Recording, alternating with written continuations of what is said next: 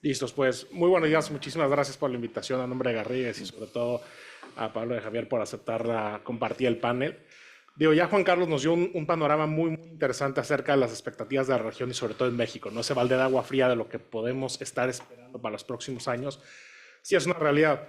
Afortunadamente para nosotros los mexicanos, la cercanía con Estados Unidos y sobre todo el tema de competitividad en la cadena de suministro nos sigue ayudando para mantener esas tasas de crecimiento que a pesar de nuestros gobernantes podemos seguir aspirando a tener una economía todavía que va evolucionando, ¿no? Un poco nada más de contexto en este panel, ¿no? Y continuando la conversación. España es un socio comercial muy importante para nosotros, evidentemente. De la información que tiene la Secretaría de Economía en México, del 99 a 2024, la inversión extranjera en española en México ha representado cerca de 78,000 millones de dólares, ¿no? Entonces, si analizamos los datos históricos, básicamente entre el 4 y el 10% de la inversión extranjera directa anual es española, ¿no? Lo cual representa evidentemente que para nosotros la relación comercial con España es parte toral de la economía mexicana, ¿no?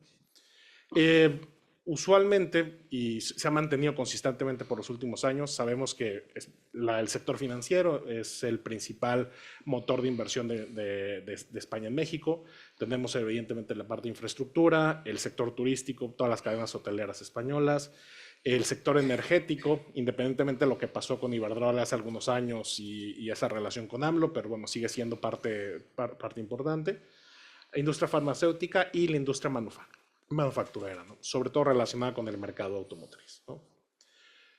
Javier, Juan Carlos mencionaba algo muy importante ahorita en su plática, sobre todo con el tema de los aranceles. Sé que mañana tienen otra sesión más enfocada en el punto y no quiero ahondar tanto en eso.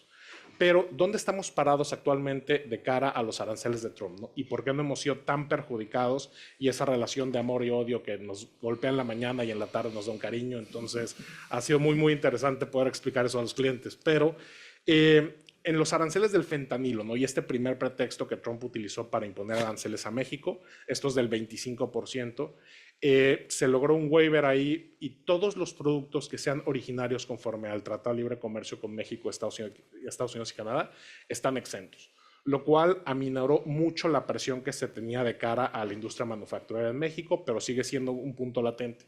¿Cuál ha sido la complejidad que hemos encontrado?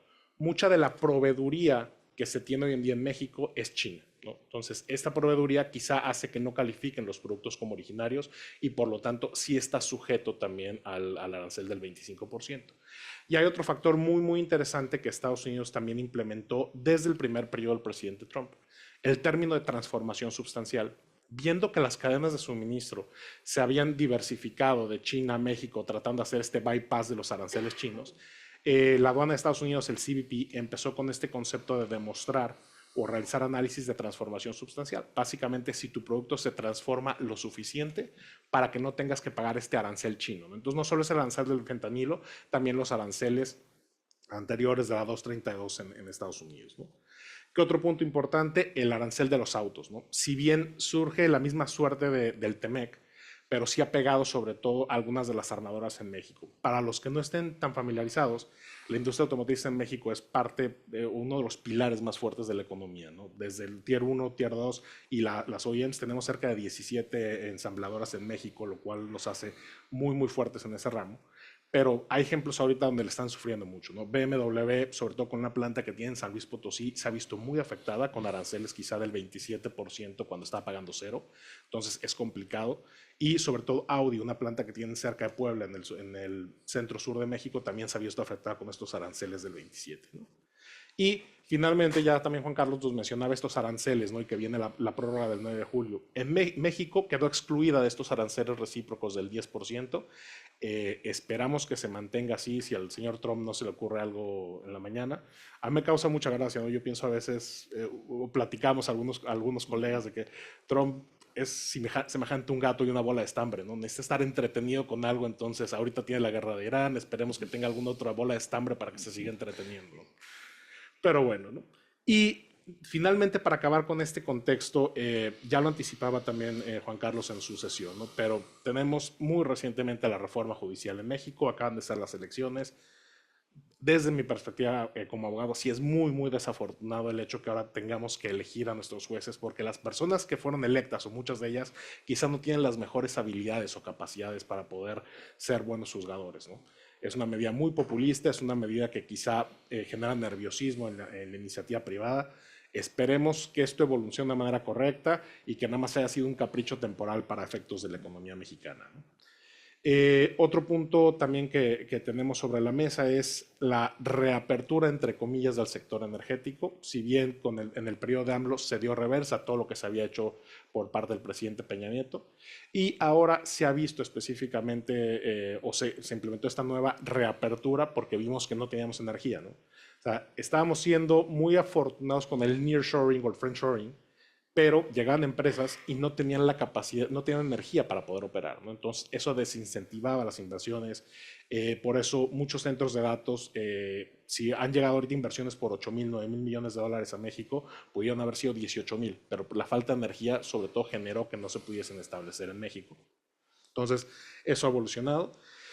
Y finalmente, este nearshoring exponenciado que vamos a, que ahí, ¿cómo se llama? Pablo y Javier nos van a hablar más, pero básicamente esta cercanía nos sigue favoreciendo, ¿no? Para efectos de atracción de inversión extranjera directa.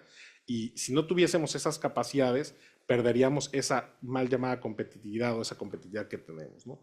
Y algo que a mí en lo personal me preocupa y entendido desde un sentido de dónde está nuestra economía y la realidad, ahora se discute y hay foros en el Congreso y con el sector empresarial de reducir la jornada laboral en México de 48 a 40 horas, ¿no? O sea, no estoy en contra de que la gente trabaje menos y tenga mejor calidad de vida. El problema, como decía Juan Carlos, es que tenemos un problema de competitividad en México hoy en día. Entonces, este techo de cristal de ese crecimiento máximo de un 3% que más o menos estamos teniendo, si reducimos la jornada, te vuelve a tener que encarecer la producción, porque hoy en día tienes planeada toda tu operación con jornadas de 48 horas y reducirla significa el tener que generar o doblar turnos, cosas así que puede ser que afecte la competitividad. Entonces, dicho esto, hemos estructurado hoy la sesión para poder tener tres temas, sobre todo hablar o tener la discusión, ¿no? Entonces, el primer tema, o el primer gran bloque sería hablar del actual entorno internacional con Trump. Y quisiera yo iniciar contigo, Pablo. ¿Cómo describirías tú desde la perspectiva financiera y lo que toca ver con clientes y con socios de negocio, de antes de Trump, de la entrada de Trump al gobierno en enero de este año y específicamente cuál es la expectativa del futuro, ¿no? O sea, pensándolo de esa manera. Perfecto, bueno, buenos días. En primer lugar, oye, gracias a Instituto de Empresa y a USADI por la iniciativa y por invitarme a participar en esta mesa redonda y a todos vosotros por la asistencia. Estando por ese punto, Roberto, pues bueno, la situación anterior a la llegada de la administración Trump es cierto que ya desde el año 23 se percibió una desaceleración en la economía mexicana. Veníamos de un crecimiento en el 23 del 3%, en el 24 ya se redujo al 1% y se espera para el 25 pues, una situación pues, próxima a cero y motivada en principio pues en primer lugar, por una menor demanda de bienes por parte de la economía americana, que está más volcada en el consumo de servicios, un gasto público que se reduce post elecciones con la nueva administración en México, una política monetaria contenida, pues buscando de alguna manera ese control sobre la inflación.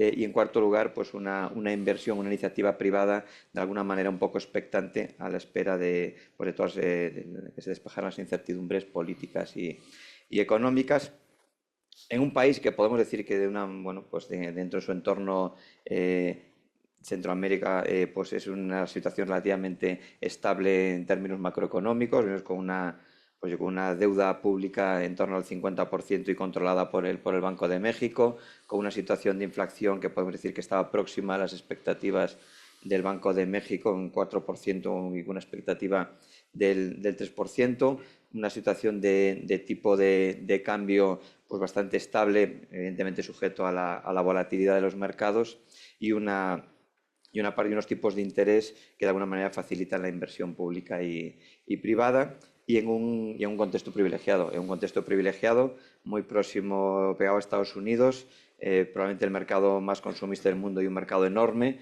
lleno de oportunidades, por alguna manera con pues con una situación de competitividad en cuanto a la mano de obra cualificada y bueno, relativamente competitiva. En una situación de acuerdos de libre comercio de México, no solo con Estados Unidos en el acuerdo del Atlántico Norte, sino con el resto de geografías de Europa y Asia, pues yo creo que de cierta ventaja. Y también en bueno, pues de alguna manera una apuesta por el desarrollo de la industria manufacturera que facilita el crecimiento de la región. Y en ese es cierto que no exento de determinados desafíos. Hacía mención antes Juan Carlos, creo que era Juan Carlos, y también hacías tu mención, Roberto, pues bueno, por un lado, una política energética durante la última administración de AMLO, que de alguna manera había rezagado esa política que había iniciado la administración de Peña Nieto y que de alguna manera pues facilitaría el desarrollo de energías limpias y el necesario desarrollo en energía por parte de México.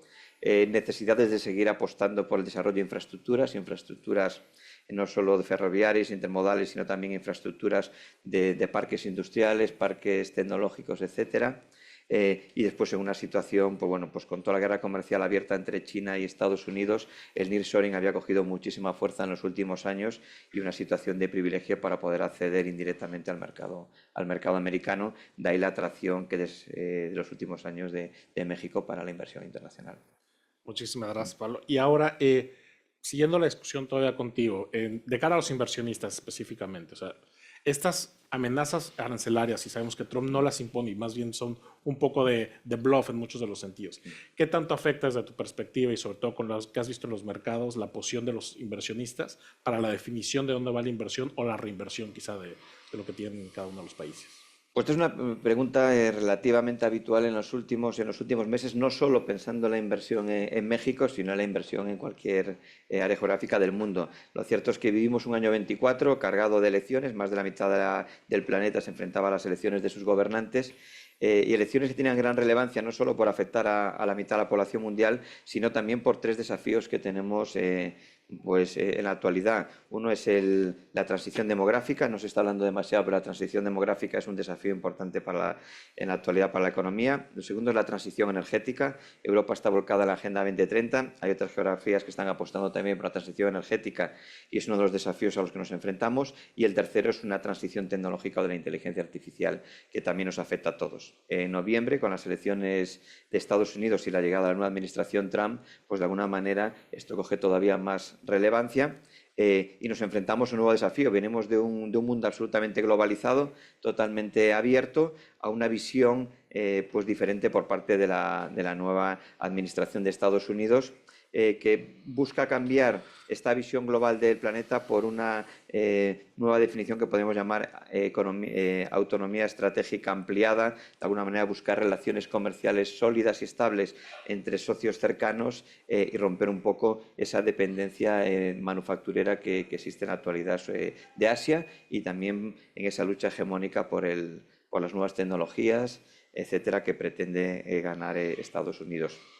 En este desafío, pues de alguna manera, con la nueva política arancelaria de la administración Trump se buscan tres elementos. El primero es buscar un equilibrio de las balanzas comerciales por parte de Estados Unidos con sus principales socios, con la Unión Europea, con China y con los socios del norte y del sur, en este caso Canadá y México. Lo segundo es recuperar de alguna manera el liderazgo industrial. No busca completar sus cadenas de producción, pero sí al menos tener controladas las partes más estratégicas de esas cadenas de producción, y eso es crítico para la nueva administración Trump, y ahí sí que México tiene un papel muy, muy relevante. Y el tercero es avanzar en la agenda política, en el caso de Europa buscando de alguna manera pues una mayor inversión en defensa en el entorno de la OTAN, que estamos hablando mucho estos últimos días.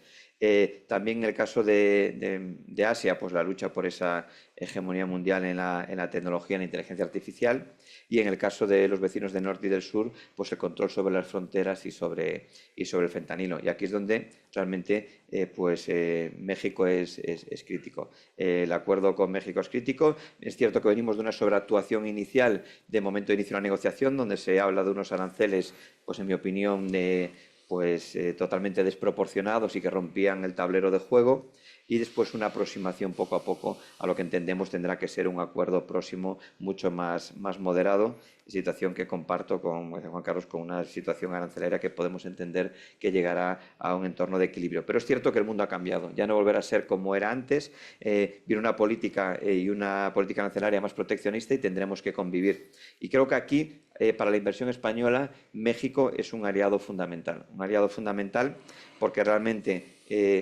Estados Unidos es un país muy atractivo para España, para la inversión española. Es un país enorme, lleno de necesidades y de consumo y muy atractivo para el crecimiento de todas las empresas españolas. Y en Estados Unidos podemos entrar directamente o indirectamente.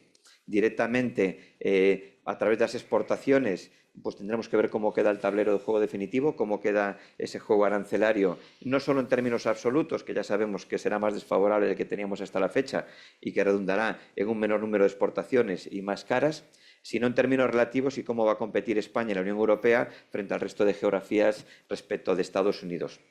Y aquí entendemos que hay una doble vía de entrada adicional a Estados Unidos al margen de las exportaciones. Una es la propia implantación en el país. Estamos viendo cómo un montón de empresas españolas han dado el salto a invertir y a implantarse directamente en Estados Unidos para vender de manera local. Las estamos acompañando diariamente desde Banco Santander allí en Estados Unidos. Y otra manera es a través de México. México es un mercado muy próximo a Estados Unidos, tiene una situación de privilegio, todo por la implantación de nearshoring y el TEMEC, y creemos que la acuerdo de TEMEC puede ser muy favorable para que las empresas españolas se implanten en México y a través de México y de manera indirecta formen parte de esas cadenas de suministro que aporten pues, todos esos insumos que necesita Estados Unidos. Por lo tanto, creemos que México es un aliado, ya lo era en el pasado y puede seguir siendo en el futuro para la implantación de las empresas españolas. Lo estamos viendo también todas estas empresas que acompañamos al Banco de México, y la apuesta del Banco por México es total.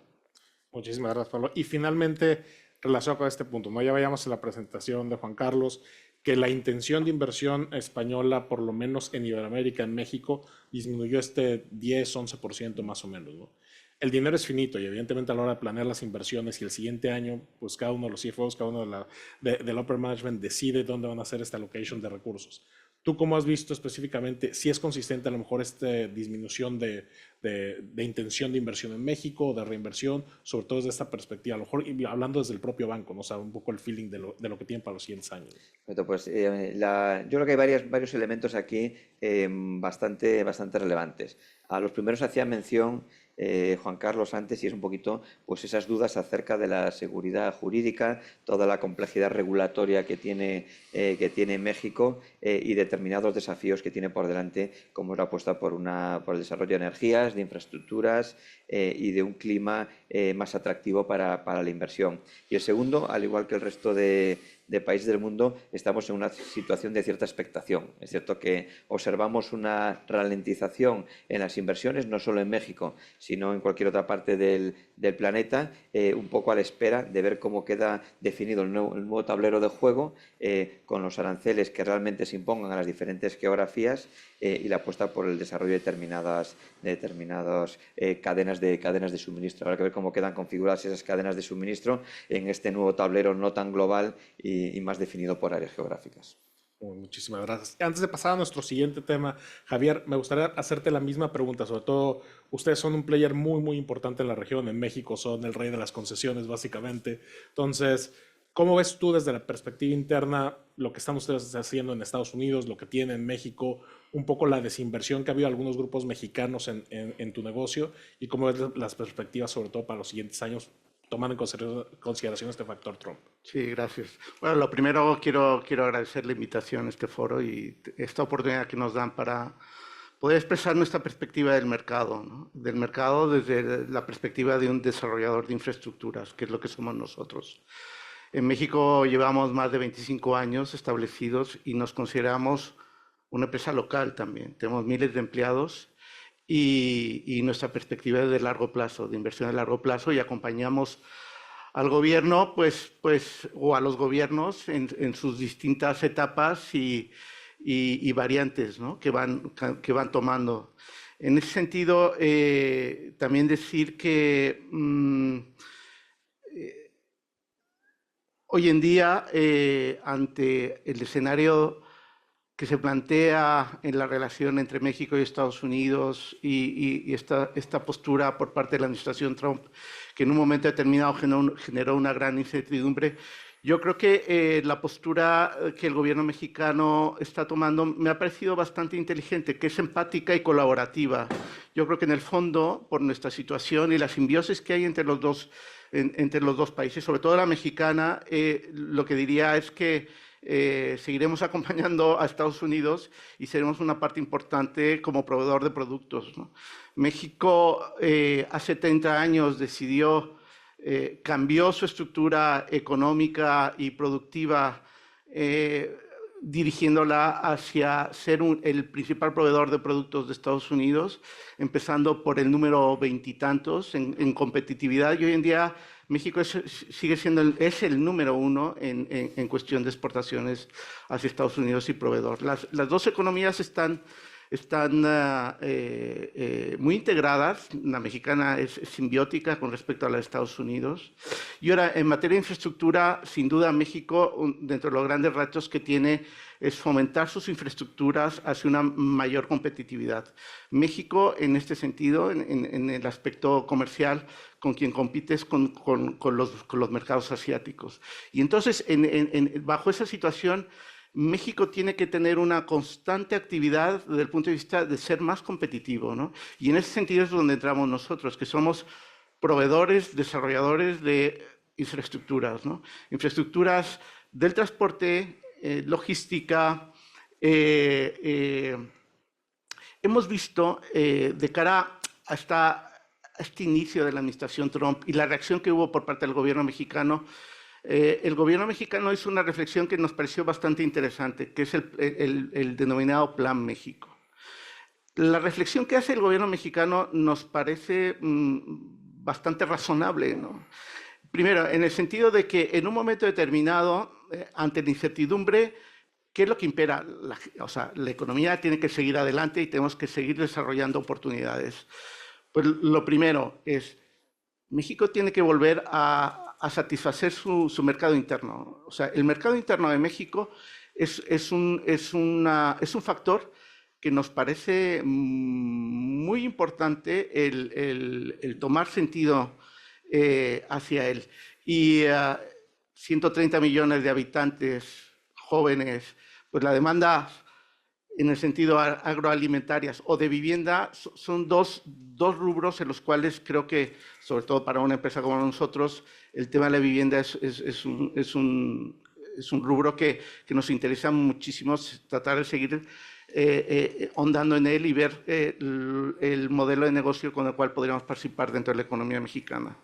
Y luego, por otra parte, siguiendo este sentido del Plan México, sin duda, buscando esa competitividad, diría que son las infraestructuras de transporte. Sin duda, tenemos que buscar unas mejores infraestructuras desde el punto de vista terrestre, ferroviaria, aeroportuaria. Tenemos que seguir manteniendo este tipo de infraestructuras. Tenemos que seguir implementando una mejor operatividad. Ha habido, de lo que fue la administración anterior de cara a la política energética y las energías, bueno, ha habido una especie de rectificación. Estamos muy interesados en ver cuál va a ser la evolución. Sin duda, México tendría que competir y tendría que seguir tratando de desarrollar las energías renovables, poner mucha atención a la zona fronteriza, lo que tú decías, ¿no? El nearshoring, de repente, da una explosión importante para la inversión extranjera y colocarse en la frontera norte, pero nos faltaba infraestructura, ¿no? Infraestructura y sobre todo desde el punto de vista energético. Ahí es donde nosotros queremos apoyar en esas infraestructuras, en el gas natural, las infraestructuras de transmisión. Y finalmente, sin duda, México tiene un gran reto desde el punto de vista de la innovación y la digitalización. Muchísimas gracias por los comentarios. Ahora, pasando a nuestra segunda parte de la discusión del día de hoy, ¿no? Sobre todo las oportunidades de inversión entre México y España y la internacionalización de las empresas. Históricamente, como platicamos, ha sido que se ha volcado la inversión extranjera o española hacia México, pero también en los últimos años, sobre todo empresas mexicanas, han venido a España y han utilizado España como puerta de entrada a Europa. Javier, tú que has tenido la oportunidad de vivir en México, que has tenido la oportunidad de vivir en Chile, ¿cómo ves hoy en día cuáles son los sectores que potencialmente se pueden ver más favorecidos en esta calle de dos sentidos? Tanto empresas españolas que van a México y empresas mexicanas que vienen. Y sobre todo, ¿cómo ven ustedes? Y a lo mejor después pediría a Pablo que nos comentara esta relación entre Europa en general y España, ¿no? O sea, partiendo de la base que ya nos comentaba Juan Carlos, ¿no? O sea, hay puntos importantes cuando uno decide la inversión, se fija específicamente en los sectores, en cómo está el ambiente político, el ambiente de seguridad jurídica, pero y en segundo plano quizá está esta conectividad, infraestructura y mano de obra, ¿no? O sea, ¿cómo lo ves tú desde esta doble vía? Bueno, primero Juan Carlos tocó un tema que creo que hoy en día es uno de los temas que nos preocupa en general a todas las empresas que estamos hoy en día en México, que es esta reforma judicial, ¿no? Y el impacto que va a tener. Para cualquier empresa que quiere desarrollar negocio, el marco jurídico es fundamental, ¿no? Esa certidumbre para nosotros es, digamos, uno de los primeros requisitos para poder pensar en una inversión de largo plazo en un país específico, el que sea. Haciendo un lado este punto, yo lo que diría es que en general México viene trabajando desde hace muchos años en ser un campo fértil para la recepción de inversión extranjera. Yo creo que es un país en ese sentido bastante abierto. Si pensamos en empresas europeas que quisieran llegar a México específicamente, yo lo que diría es que México siempre será un campo fértil para las empresas, siempre y cuando tengan una estructuración bien pensada y cuenten con un socio local. Sin duda, yo creo que son requisitos fundamentales, ¿no? Tener un socio local. Luego, de cara a España, yo creo que hoy en día España está presente en México en el sector automotriz, de las infraestructuras, las ingenierías, el turismo, las manufacturas. Yo creo que España ha hecho sus deberes con México desde hace mucho tiempo. Lo que sé es que es tan natural la convivencia que tenemos que nos parece que pasa desapercibida, pero España, la visión que hay, la presencia española en México está desde hace muchos años y es bastante natural. Sin duda México sigue siendo una oportunidad, una plataforma para aquellas empresas que quieran utilizar México como un punto de entrada hacia la economía americana. Creo que ese movimiento de negocio se puede realizar.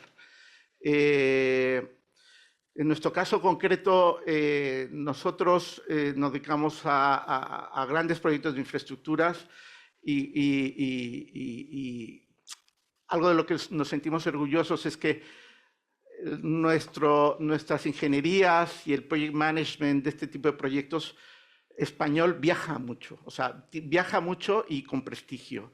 Y nos permite estar en Estados Unidos a la par que las empresas americanas o en México tratando de innovar y tratando de crear un conocimiento que nos permita ser mejores en materia de infraestructuras.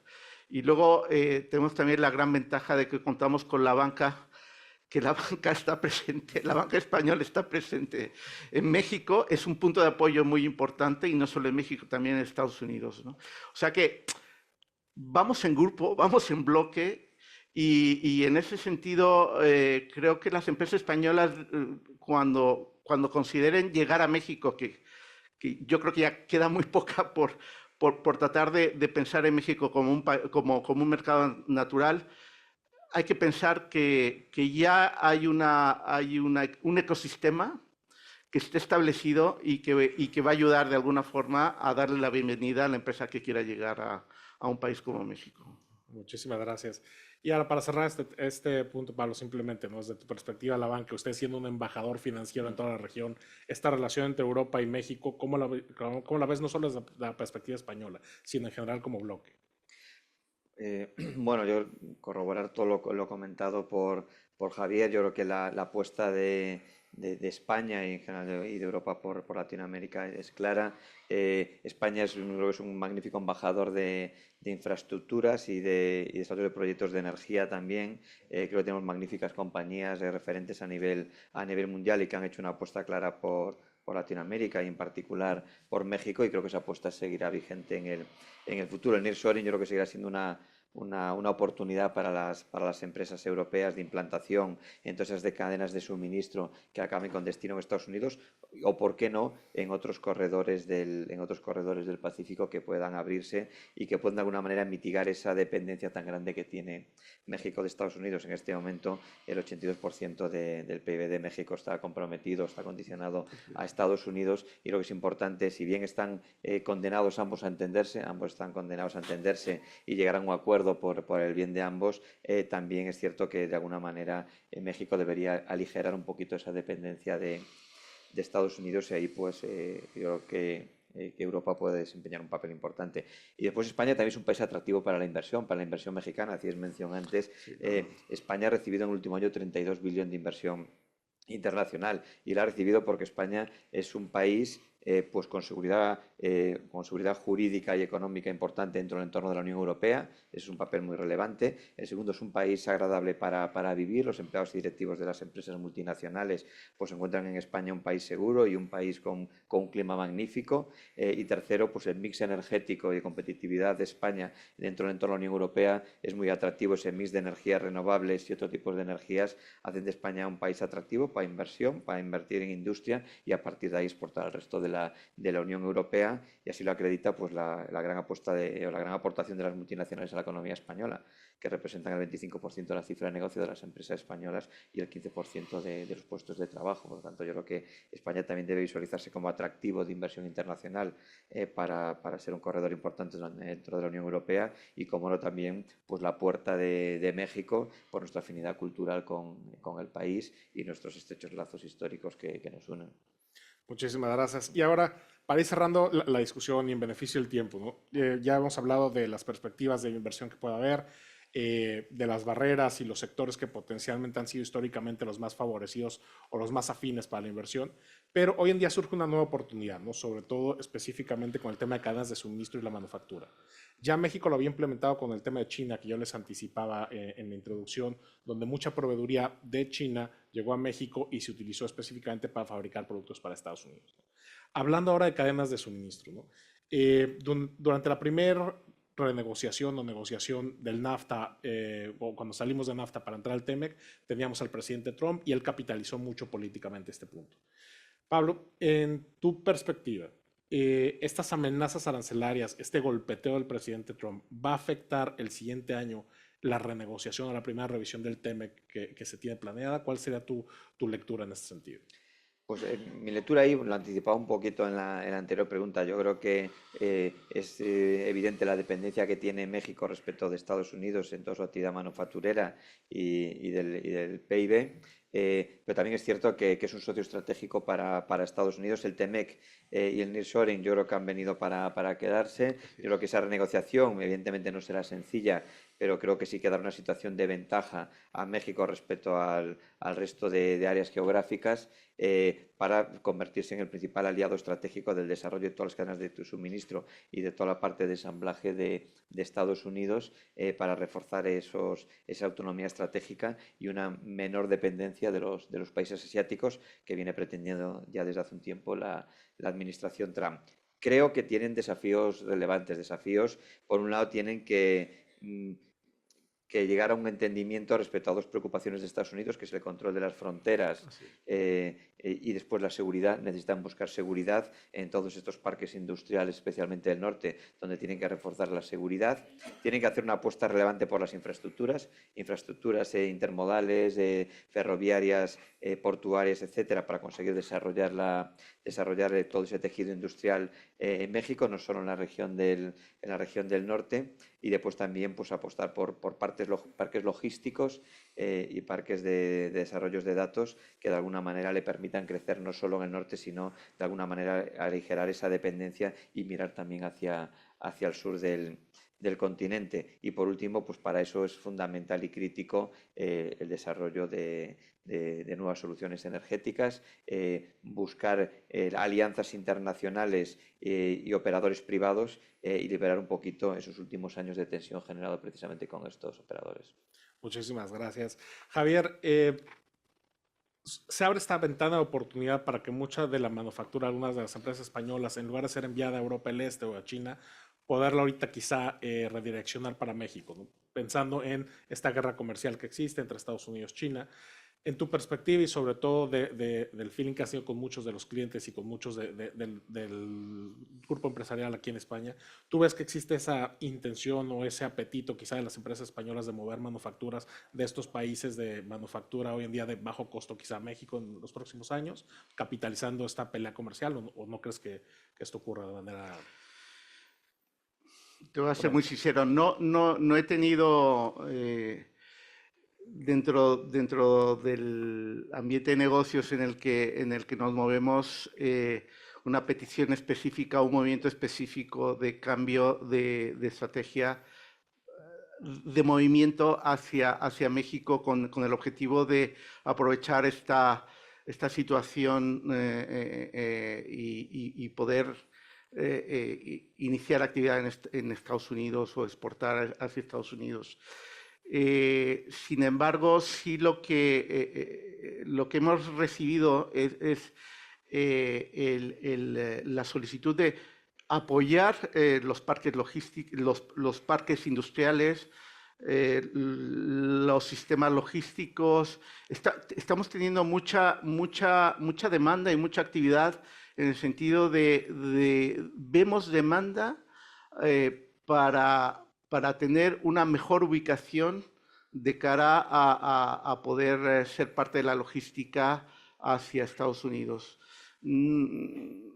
Este tipo de movimiento la verdad es que no lo tenemos muy visualizado. Lo que sí me gustaría comentar es que yo creo que de cara a las negociaciones que hoy en día México tiene con Estados Unidos, creo que ha sido inteligente la postura que se ha tenido desde el punto de vista empática y colaborativa. A México no le queda otra alternativa y dada la simbiosis que hoy en día hay entre las dos economías y esta exigencia que de alguna forma hay por parte de la administración Trump en materia comercial de buscar un mejor equilibrio o en temas de la inmigración o la seguridad de la frontera. A mí me parece que Estados Unidos en ese sentido está en su derecho y yo creo que México tiene que hacer un esfuerzo importante porque va a ser por el bien de las dos naciones, ¿no? Entonces, en ese sentido, yo considero, independientemente al final del balance general que haya entre el tema arancelario y cómo queden, yo estoy seguro que México seguirá teniendo una posición privilegiada respecto a los demás países. Muchísimas gracias. Ahora, ampliando un poquito el scope, no solo en México, sino y con la experiencia que tienen ustedes dos en la región, ¿no? Ya nos anticipaba Juan Carlos que quizá los países de la Alianza del Pacífico no necesariamente son los que van a crecer más en los próximos años y que quizá Chile, nosotros tenemos ciertas restricciones, ¿no? Quizá Argentina, Bolivia y demás potencialmente pudiesen ser los más favorecidos por este rebote. Pero pensando que en el mediano y largo plazo, históricamente los países de la Alianza del Pacífico han sido los más quizá sensatos o kosher en ese sentido de poder mantener estabilidad política, política cambiar y demás. En su perspectiva, ¿creen que sobre todo con esta política del presidente Trump y de guerra arancelaria con todo el mundo, este bloque regional de la Alianza del Pacífico va a salir favorecido o va a sufrir ciertas consecuencias en los próximos años? Empiezo, pues, yo, evidentemente, bueno, tiene una oportunidad, es cierto, en México tiene una oportunidad para promover de alguna manera el desarrollo de la Alianza del Pacífico. Es cierto que su vínculo con Estados Unidos es muy fuerte. Yo creo que sería un error romper ese vínculo, porque evidentemente si se adhiere un poco a esas demandas de Estados Unidos, que comparto totalmente que son buenas para ambas partes, pues debería reforzar esa relación como socio estratégico en la región para desarrollar toda esa industria de manufacturera en América del Norte, pero es cierto que la situación de privilegio que tiene en este momento en México por proximidad, todo el desarrollo de infraestructuras que le servirían no solo para atender la demanda del norte, sino la del sur, toda la apuesta por este cambio de modelo productivo se podría usar en las regiones del sur para poder establecer corredores, con nuevos corredores comerciales y corredores económicos que favorezcan una menor dependencia y que aligere un poquito esta situación. Es cierto que para que eso se produzca, pues requiere de alguna manera encontrar esa afinidad política que en este momento no sé si se da, y de alguna manera también encontrar esos vínculos de estabilidad y de confianza entre las partes que ayuden a promover ese desafío de apostar por las regiones del sur. Sí, totalmente de acuerdo con lo que comenta Pablo. A mí me gusta la historia y en ese sentido yo lo que diría es que el ejemplo lo tenemos ya desde hace siglos en México, que era la nao de China, ¿no? O sea, hubo una relación comercial muy importante en el siglo XVI que realmente detonó la economía mundial en aquel momento. Yo creo que si seguimos esa pista, yo creo que México tiene muchas oportunidades de cara a la Alianza del Pacífico. No cabe duda que, y México de alguna forma lo está haciendo, el tren interoceánico en el cual se está trabajando, a mí me parece un punto estratégico, logístico muy importante que habrá que seguir desarrollando y apoyándolo una vez que quede totalmente concluido y funcione para el transporte de mercancías con el apoyo de puertos comerciales, puertos de carga que estén de última generación. A México no le queda otra que seguir en esa dinámica. O sea, es un punto de desarrollo logístico en la economía y en el comercio global, sin duda. Muchísimas gracias. Y ya nos quedan 3 minutos de discusión y un poco fuera del récord, ¿no? Si de ustedes dependiera por parte de Santander o de Ola el decidir 100% si invertir o no en México, ¿qué consejos o qué estrategias geopolíticas o de protección a la inversión tomarían en consideración y recomendarían a México como país para seguir, para ustedes que pudieran tener ese factor de decisión de inversión o no? Bueno, pues yo creo que algunas ya las hemos tomado. Yo la primera, predicando desde el ejemplo, es la apuesta clara de Santander por México.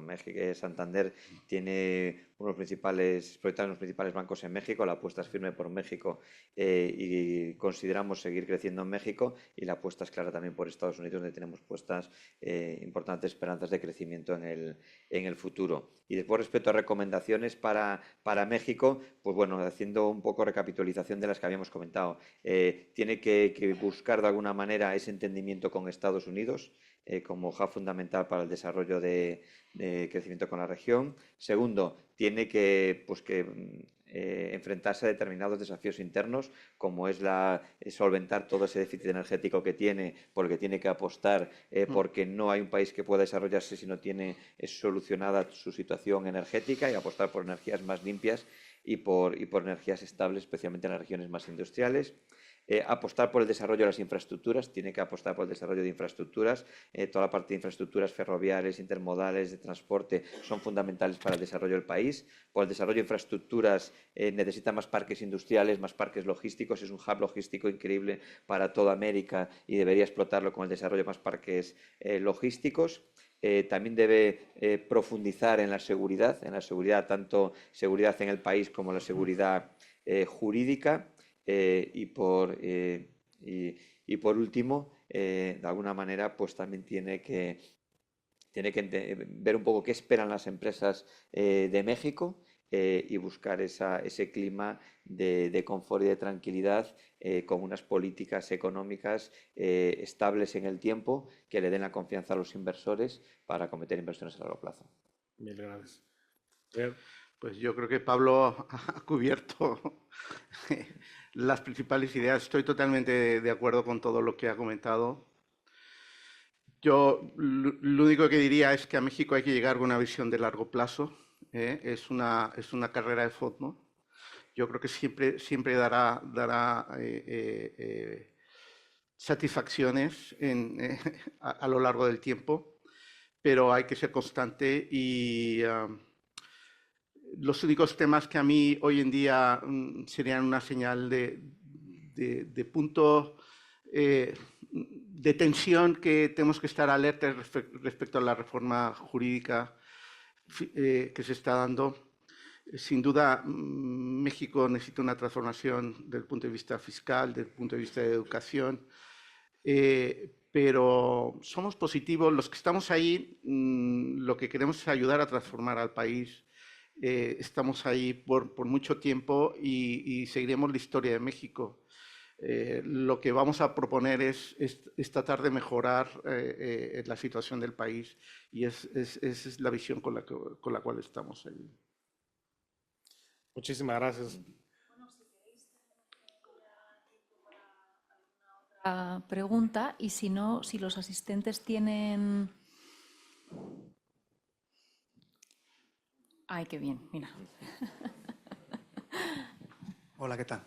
Bueno, buenos días, soy José Manuel Romero.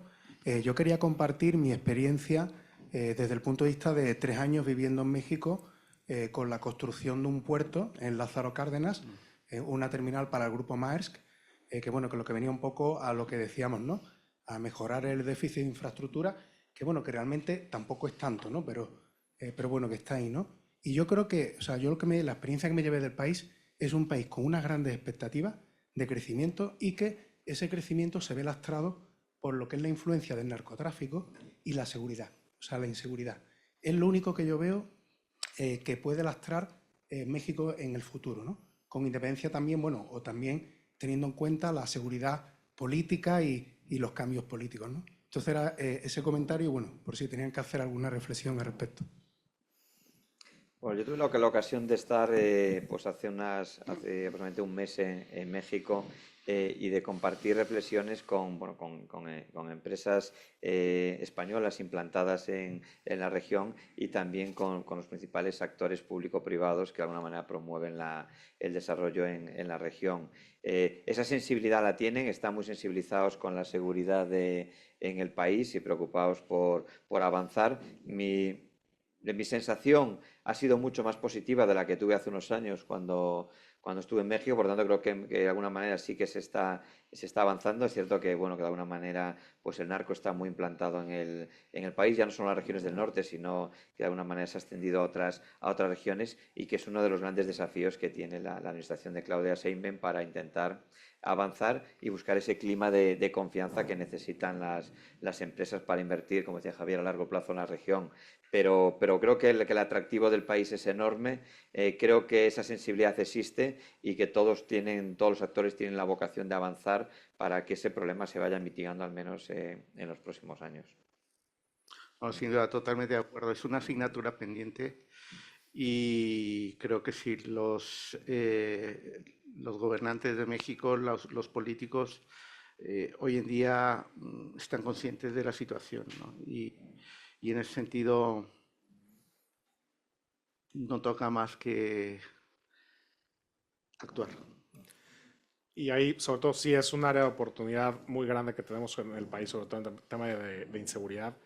La esperanza que tenemos como sector público y sector empresarial es, ahora que el presidente Trump declaró a los narcotraficantes como organizaciones terroristas, es el propio ejercicio del Estado de Derecho que se ejecute en México y sobre todo el enforcement que se tenga contra ellos y también ya la seriedad con la que lo está tomando Estados Unidos, ¿no? El tema del fentanilo se ha desbordado, sobre todo si han tenido oportunidad de estar recientemente en San Francisco, Nueva York. Es muy grave ver cómo la gente sí por las calles ya tiene una afectación completa. Entonces creo que esto puede ayudar a permear sobre todo a nivel interno el que sí es una necesidad ya estarlos atacando y quizá hacerlos otra vez o ponerlos en raya.